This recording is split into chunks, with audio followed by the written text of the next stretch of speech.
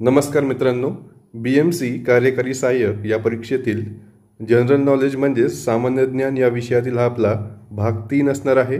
यामध्ये आपण बृहन्मुंबई महानगरपालिका अधिनियम 1888 बद्दल महत्त्वाची माहिती बघणार आहोत। त्याआधी आपल्याला काही महत्त्वाची माहिती पण लक्षात असायला पाहिजे। फिरोजशाह मेहता यांनी महानगरपालिकेचे कार्यकारी अधिकार जर निर्वाचित सदस्यांना दिले तर महानगरपालिकेत अव्यवस्थेचे साम्राज्य निर्माण होईल असे फिरोजशाह मेहता यांनी सांगितलेले होते। फिरोजशाह मेहता यांना मुंबईचा सिंह म्हणून ओळखला जातो आणि हे मुंबई महानगरपालिकेचे 40 वर्ष सदस्य होते आणि 4 वेळा मुंबई महानगरपालिकेचे महापौर पण होते। मुंबई महानगरपालिकेसमोर जो पुतळा उभारण्यात आला आहे तो फिरोजशाह मेहता यांचा आहे। त्यानंतर मुंबई महानगरपालिकेबद्दल काही महत्त्वाची माहिती आहे। 1931 मध्ये अध्यक्ष या शब्दाऐवजी महापौर हा शब्द वापरण्यास सुरुवात झाली होती। 1948 मध्ये प्रौढ मतदान पद्धतीने प्रथमच अस्तित्वात आली होती। 1976 मध्ये अनुसूचित जातीकरिता राखीव मतदारसंघ ठेवण्यात आले होते। 1990 मध्ये महिलांकरिता 30% आरक्षित जागा ठेवण्यात आल्या होत्या। 1996 मध्ये बॉम्बेचे मुंबई म्हणून नामकरण झाले होते। 2002 मध्ये सदस्यांची संख्या 227 इतकी करण्यात आली होती आणि 2022 मध्ये सदस्यांची संख्या जी आहे ती 236 एवढी करण्यात आली आहे। 2017ची जी निवडणूक झाली होती BMCची त्यामध्ये 227 जागांसाठी निवडणूक झाली होती, हे बाब लक्षात ठेवायची आहे। बृहन्मुंबई महानगरपालिकेचा जो कारभार आहे तो बृहन्मुंबई मनपा कायदा 1888 नुसार चालतो।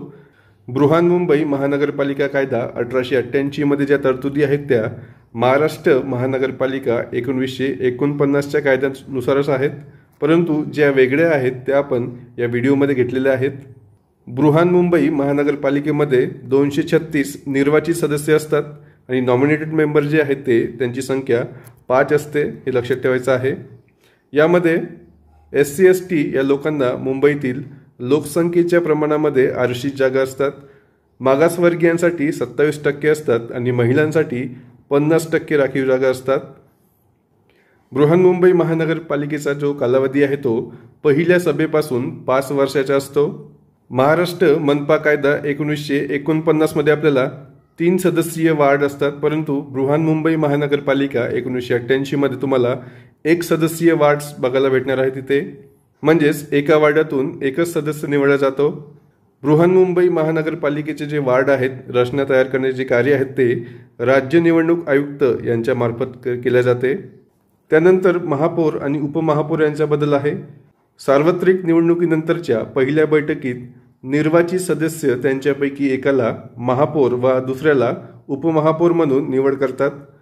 महापौर आणि उपमहापौर यांचा पदावधी 2.5 वर्ष इतका असतो। महापौर आणि उपमहापौर हे पुनर्निवडीकरता पात्र असतात, हा पण महत्त्वाचा पॉईंट आहे। उपमहापौर हे आपल्या पदाचा राजीनामा महापौरांकडे देतात आणि महापौर हे आपल्या पदाचा राजीनामा मनपाकडे देतात, म्हणजेच जी मनपाची स्थायी समिती असते त्यांच्याकडे महापौर आपल्या पदाचा राजीनामा देतात। महापौर किंवा उपमहापौर यांनी मनपाच्या सलग 2 सभा बोलवण्यामध्ये कसुरी केल्यास त्यास पदावरून दूर करण्याचे अधिकार हे राज्य शासनाला आहे, हा पण महत्त्वाचा पॉईंट आहे। महापौर आणि उपमहापौर यांच्यावर अविश्वास ठराव आणण्याचं कुठलाही जी तरतूद आहे ती बृहन्मुंबई मनपा कायदा 1888 मध्ये दिलेली नाही। त्यानंतर महानगरपालिकेचा सचिव आहे। मनपाकडून मनपा सचिव म्हणून योग्य त्या व्यक्तीची नियुक्ती केली जाते। ती व्यक्ती महानगरपालिका स्थायी समिती व सुधार समिती यांचा सचिव असतो आणि त्या व्यक्तीच्या गैरवर्तनाच्या कारणावरून त्याला पदावरून काढू शकतात। त्यानंतर महत्त्वाचं म्हणजेच मुंबई महानगरपालिकेची स्थायी समिती आहे। सार्वत्रिक निवडणुकीनंतर स्थायी समिती स्थापना करणे ही बंधनकारक आहे। बृहन्मुंबई महानगरपालिकेच्या स्थायी समितीमध्ये 27 सदस्य असतात। आपण महानगरपालिका कायदा जो आहे महाराष्ट्र महानगरपालिका कायदा 1949 मध्ये यामध्ये जी स्थायी समितीची तरतूद दिलेली आहे त्यामध्ये एकूण 16 सदस्य दिले आहेत, परंतु बृहन्मुंबई महानगरपालिकेच्या स्थायी समितीमध्ये 27 सदस्य असतात, हा फरक लक्षात ठेवायचा आहे। स्थायी समितीमध्ये सर्व सदस्य हे मनपाचे सदस्य असले पाहिजे आणि सोबतच प्राथमिक शिक्षण समितीचा सभापती हा स्थायी समितीचा पदसिद्ध सदस्य असतो। स्थायी समितीच्या स्थापनेनंतर दरवर्षी 1 एप्रिल रोजी समितीचे निम्मे सदस्य हे निवृत्त होतात। निवृत्त झालेले सदस्य हे पुनर्नियुक्तीसाठी पात्र असतात। प्रत्येक आठवड्यामध्ये स्थायी समितीची किमान 1 सभा बोलवणे हे बंधनकारक आहे। आयुक्ताने मागणी केल्यास 24 तासात स्थायी समितीची विशेष सभा बोलवली जाते। 9 सदस्य उपस्थित असतील तेव्हा स्थायी समितीची बैठक ही पार पडली जाते।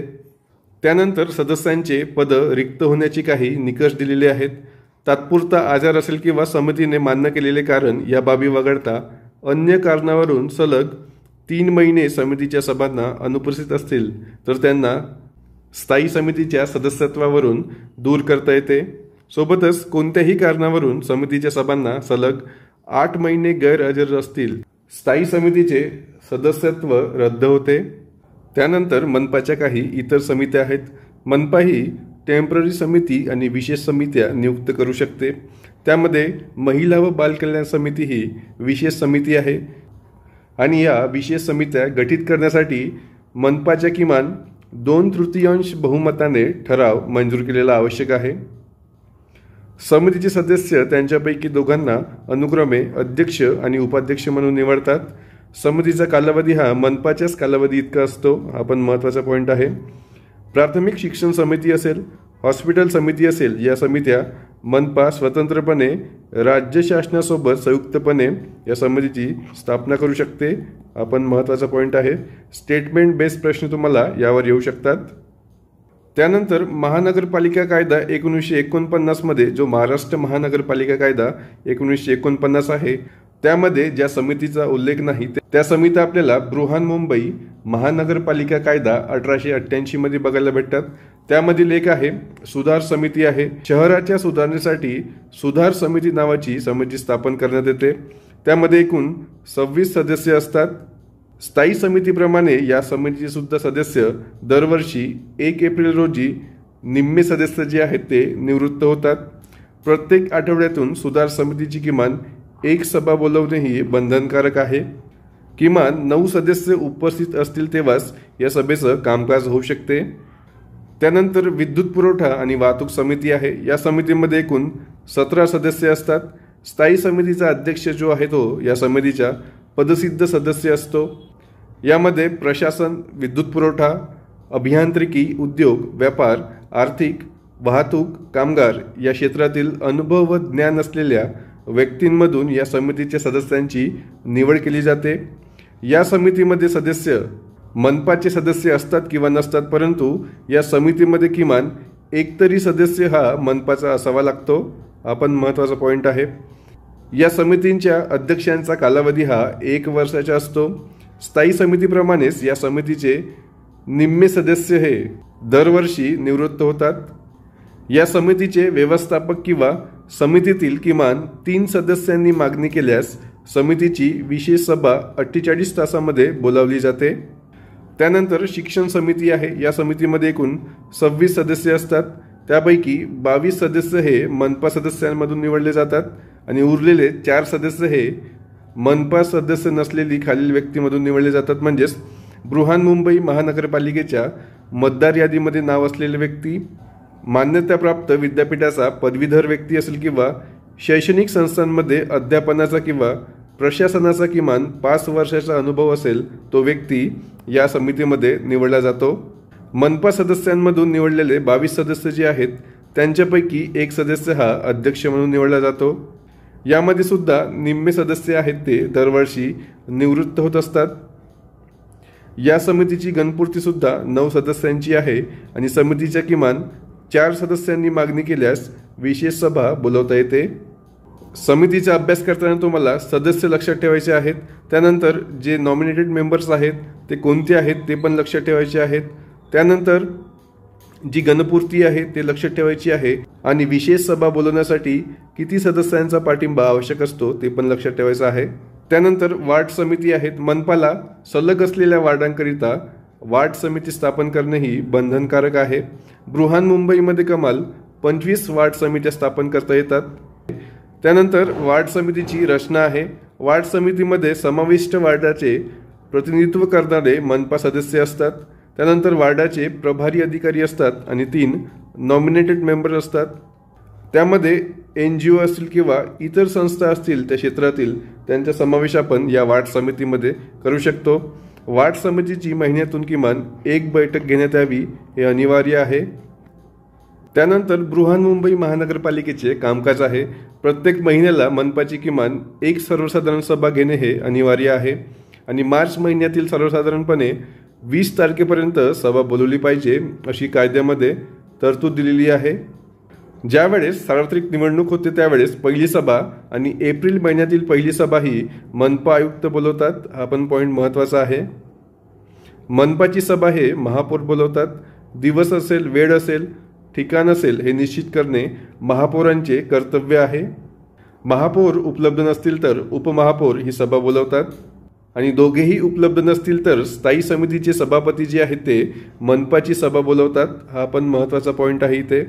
महापौर योग्य वाटेल त्यावेळी मनपाची विशेष सभा बोलवू शकतात किंवा मनपाच्या किमान 1/6 सदस्यांनी सहीसह लेखी मागणी केल्यास महापौर मनपाची विशेष सभा बोलावू शकतात. गणसंख्या म्हणजेच सभेचे कामकाज सुरू करण्यासाठी किमान 1/5 सदस्य हजर असावे अशी तरतूद आहे. सभेचे अध्यक्ष आहे. मनपाच्या प्रत्येक सभेच्या अध्यक्षस्थानी महापौर असतात. महापौरांच्या अनुपस्थितीमध्ये उपमहापौर असतात आणि दोघेही नसतील तर मनपा आपल्या सदस्यापैकी एकाची अध्यक्ष म्हणून निवड करतात. त्यानंतर सभेचे नोटीस आहेत. सर्वसाधारण सभा असेल तर त्याचं नोटीस किमान 7 दिवसा अगोदर दिली जाते आणि सोबतच स्थानिक वर्तमानपत्रामध्ये त्याची जाहिरात प्रसिद्ध करणे बंधनकारक आहे. स्थायी समितीच्या किमान 4 सदस्यांच्या मागणीवरून व किमान 3 दिवसांची नोटीस घेऊन मनपा विशेष सभा बोलवू शकते. त्यानंतर मनपाचे ठराव आहेत. मनपाच्या सभेत एखाद्या बाबीवर निर्णय घ्यावायचा असल्यास त्याबाबतचा ठराव मांडला जातो आणि ठराव सर्वसंमतीने मंजूर केला जातो आणि सोबतच त्या ठरावावर मतदान सुद्धा केले जाते. मनपाने जो ठराव मंजूर केला आहे, जो निर्णय घेतलेला आहे, त्याची अंमलबजावणी करण्याचं कार्य हे मनपा आयुक्त करतात. हा पण पॉईंट महत्त्वाचा आहे. त्यानंतर तुम्हाला यावर पण प्रश्न येऊ शकतो. स्टेटमेंट बेस खालीलपैकी कोणती मनपाची अनिवार्य कार्य आहेत किंवा नाही हे ओळखा, असं तुम्हाला इथे प्रश्न येऊ शकतो. तर यामध्ये मी मनपाची अनिवार्य कार्य दिलेली आहेत. त्यामध्ये जी कार्य दिलेली नाहीत ती ऐच्छिक कार्य आहेत असं आपण समजू शकतो, म्हणजेच ती अनिवार्य नाहीत. जी अनिवार्य आहेत म्हणजे जी कंपल्सरी आहेत ते संपूर्ण कार्य आपण इथे 1 by 1 दिलेले आहेत. तुम्ही पॉज करून हे सर्वच रीड करून घ्या. 1 ते 2दा जरी तुम्ही रीड केलं तरी तुम्हाला इझिली यावरचा प्रश्न सोडवता येणार आहे. तर यामध्ये एकूण 27 कार्य दिलेले आहेत जे की मनपाचे कंपल्सरी म्हणजेच अनिवार्य कार्य आहेत कायद्यानुसार आणि या व्यतिरिक्त जे कार्य असतील ते व्हॉलंटरी आहेत म्हणजेच ते ऐच्छिक कामं आहेत मनपाचे, ते आपण समजू शकतो. यानंतरच्या भाग 4 मध्ये आपण बृहन्मुंबई मनपाविषयी इतर महत्त्वाची माहिती बघणार आहोत. मनपामध्ये किती वार्ड आहेत, त्यानंतर वार्डांचे नाव काय आहेत, त्यानंतर वार्डांचे अधिकारी असतील, मनपाचे जे प्रशासकीय अधिकारी आहेत त्यांची महत्त्वाची माहिती आहे ती आपण भाग 4 मध्ये बघणार आहोत. इतर माहितीसाठी तुम्ही ब्रेनसेट MPSCचं टेलिग्राम चॅनल जॉईन करू शकता. याची लिंक जी आहे मी डिस्क्रिप्शन बॉक्समध्ये दिलेली आहे.